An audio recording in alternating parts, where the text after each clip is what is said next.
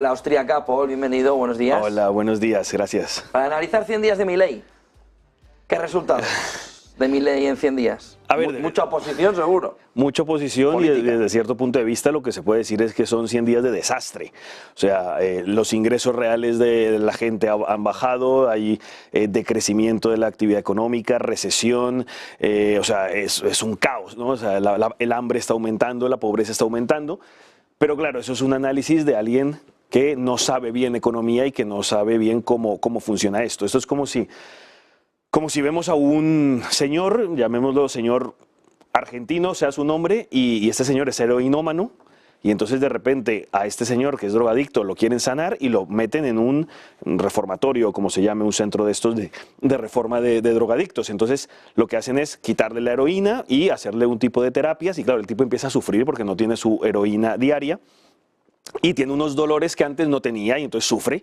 Entonces cualquiera que no sepa bien cómo se sana a un heroinómano, pues lo que ve es, uy, está peor que nunca. Y eso es lo que se puede analizar de Argentina, está peor que nunca, efectivamente, desde cierto punto de vista. O sea, es decir, los dolores están ocurriendo.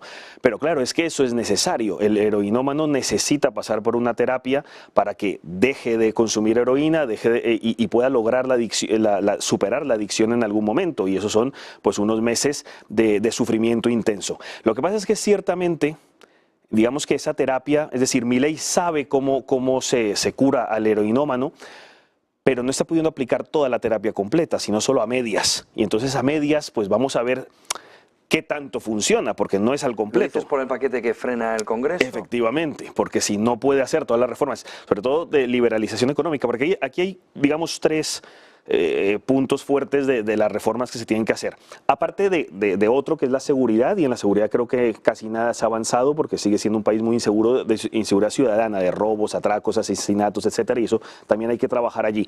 Pero en lo que es la economía, hay una pata que es la liberalización económica, que ha logrado muy poco porque le han tirado las leyes que ha intentado pasar con la ley ómnibus, la ley de bases. Sí, a través del decreto de necesidad y urgencia ha podido liberalizar algunas partes. Por ejemplo, los alquileres fue algo que al liberalizarse pues se aumentó la oferta de alquileres, hay más oferta y también una reducción de precios reales, con lo cual ahí se nota que las pocas cosas que ha podido hacer han tenido un efecto positivo.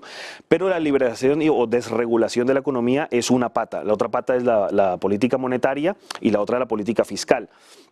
Entonces allí también se ha logrado bastantes cosas, que es equilibrar el presupuesto, que ya no haya déficit, que haya superávit, es decir, que los ingresos sean mayores que los gastos. ¿A quién se le ocurre en tu casa, por ejemplo, en la casa de cualquier televidente, que todos los meses se gastara más de lo que se ingresa? Pues esto es la situación de Argentina. Bueno, también es la de España, pero no tan desorbitada. Y la de Estados Unidos. Y la de Estados Unidos también, o sea, que este antes comentábamos que Estados Unidos tiene un 5,5% de déficit. Es verdad. Para crecer un 2%. Sí, si tú le quitas el 5,5%, Estados Unidos se vaya abajo en el crecimiento. Claro, claro. Si es que Estados Unidos tampoco está bien. ¿Qué prefiere?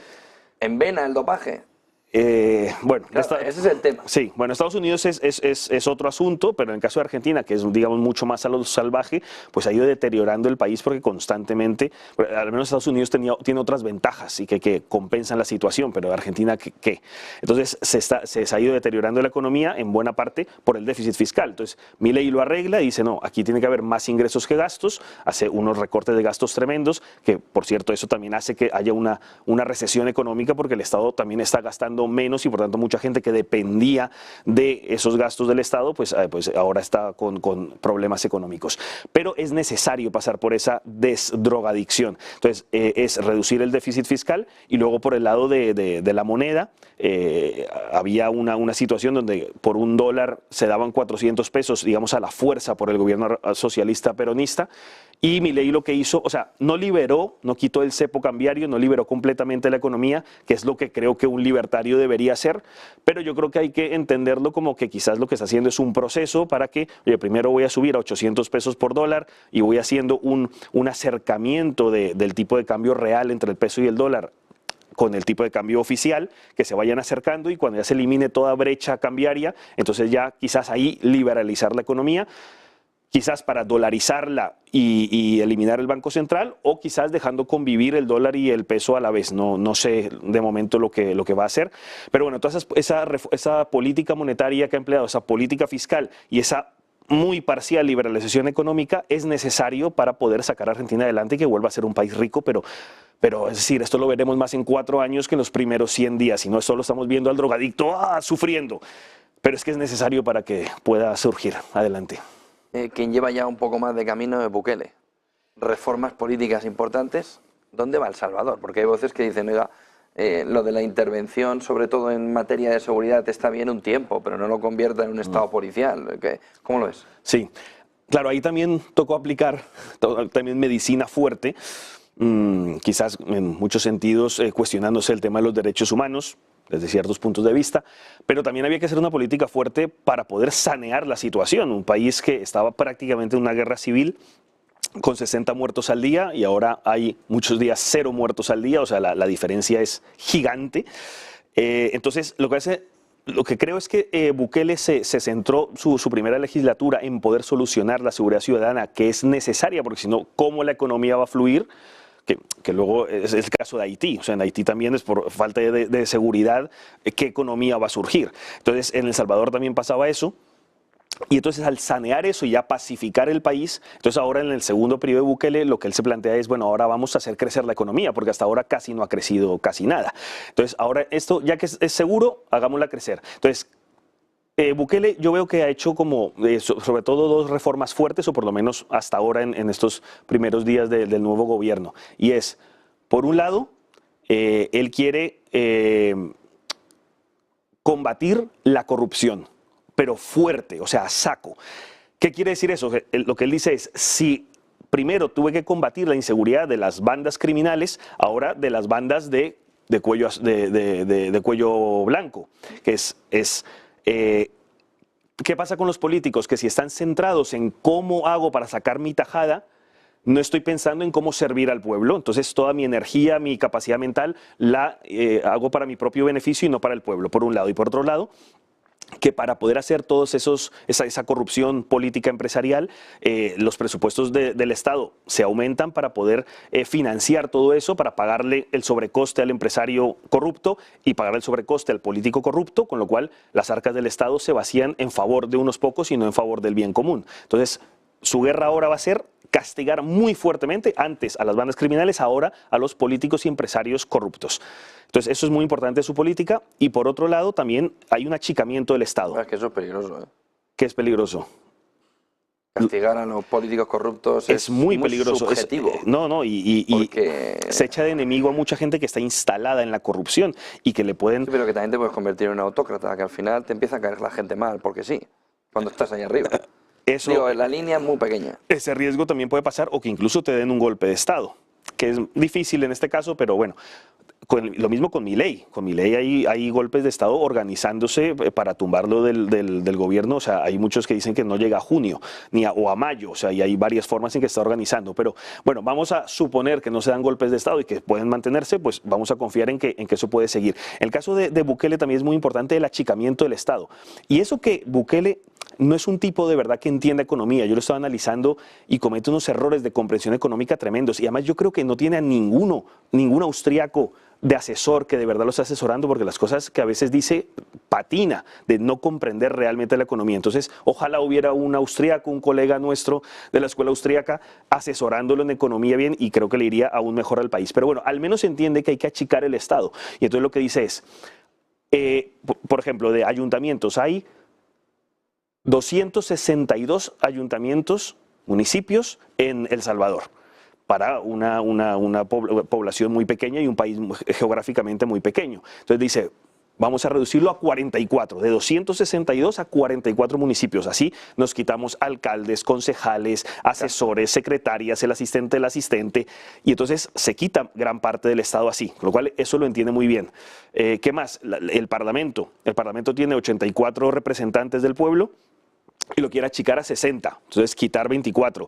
Como era antiguamente, porque antes eran solo 60, pero luego con las negociaciones, estas llamadas de paz, que siempre son terribles, igual que en Colombia fueron terribles, que es toda una farsa para beneficiar a los maleantes a costa de los ciudadanos de bien. Entonces ahí se aumentó de 60 a 84 y ahora Bukele lo que quiere es reducir otra vez a 60 y también achicar el Estado. Entonces él entiende que hay que hacer más pequeño al Estado, lo cual es muy bueno, entiende que hay que combatir la corrupción, lo cual es muy bueno, pero debería también tener como más conocimientos de economía para poder hacer fluir un buen crecimiento en los próximos 4 o 5 años. O sea, Bitcoin City, por ejemplo, está todavía sin empezar y eso es importantísimo. Hizo cosas buenas con Bitcoin, pero Bitcoin City, la ciudad del Bitcoin, está completamente paralizada, ¿no? Hace falta. Bueno, ahí por ejemplo, y una de mis empresas, por ejemplo, ahora se va a trasladar a El Salvador porque han sacado una legislación donde hay 0 impuestos.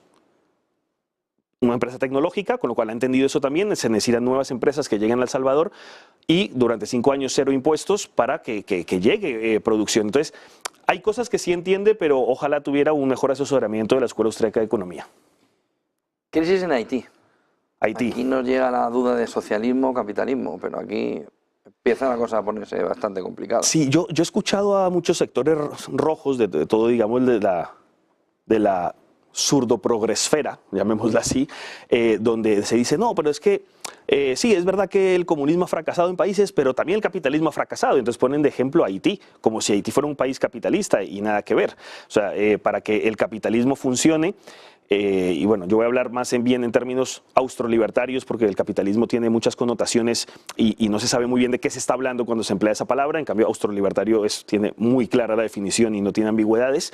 Para que funcione y pueda existir un país austrolibertario que pueda producir prosperidad, para empezar tiene que haber una seguridad ciudadana, porque si no, ¿quién va a emprender si tienes algo nuevo, algo más moderno y te atracan por la calle o te matan? También seguridad jurídica, o sea, es decir, primero el principio de no agresión, que es básico en el austrolibertarismo. Entonces tú tienes que garantizar el principio de no agresión, que nadie agreda a otro. Y eso no ha pasado en Haití. En Haití es un país que ha sido muy violento.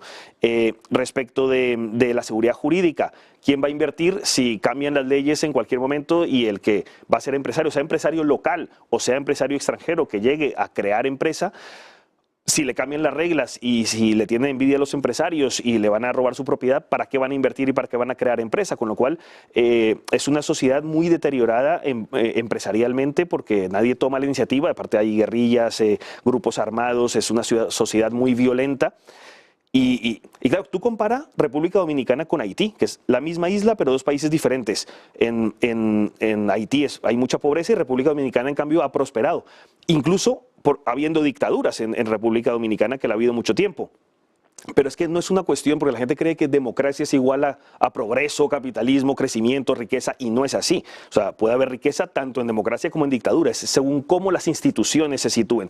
Y las instituciones en República Dominicana se han cuidado mucho más, la gente podía salir a la calle tranquilamente, hay principio de no agresión, se castiga al maleante y la seguridad jurídica ha hecho que muchos inversores extranjeros lleguen a invertir a República Dominicana, mientras que en Haití, ¿quién va a confiar? Entonces, no es un país ni austrolibertario ni capitalista y, por supuesto, no es un fracaso del capitalismo porque nunca ha existido allí. Entonces, me gustaría como aclarar eso. Macron-Putin, Putin-Macron, la amenaza de Macron a Putin, ¿es realista la amenaza de llevar soldados a territorio ucraniano?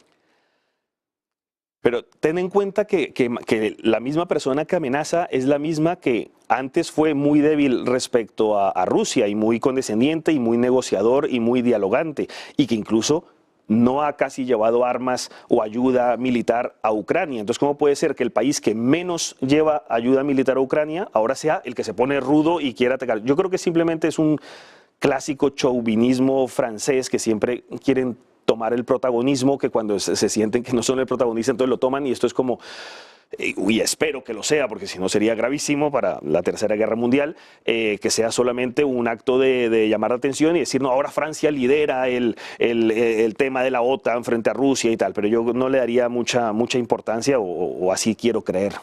¿Cómo es el final de la guerra de Ucrania? Ahora que vamos a ver la cumbre en la que hasta China ha pedido estar en Suiza y que vamos avanzando a que haya un intento al menos. Claro, hemos pasado de una parte donde Ucrania tenía la iniciativa y Rusia retrocedía.